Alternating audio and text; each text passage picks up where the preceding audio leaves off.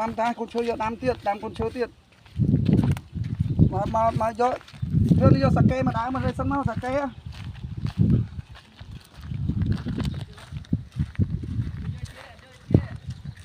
mau trăm năm ấy em cho tiết cảm thấy bạn mang cho bạn sân mau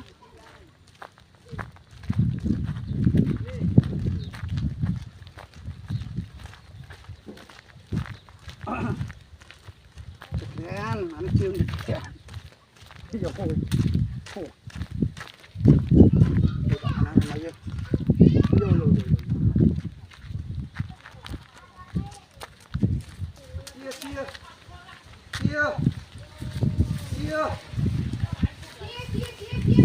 sầm plei muôi muốn na không ai còn gì thay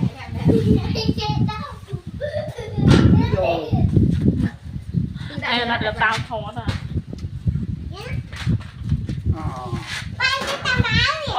rồi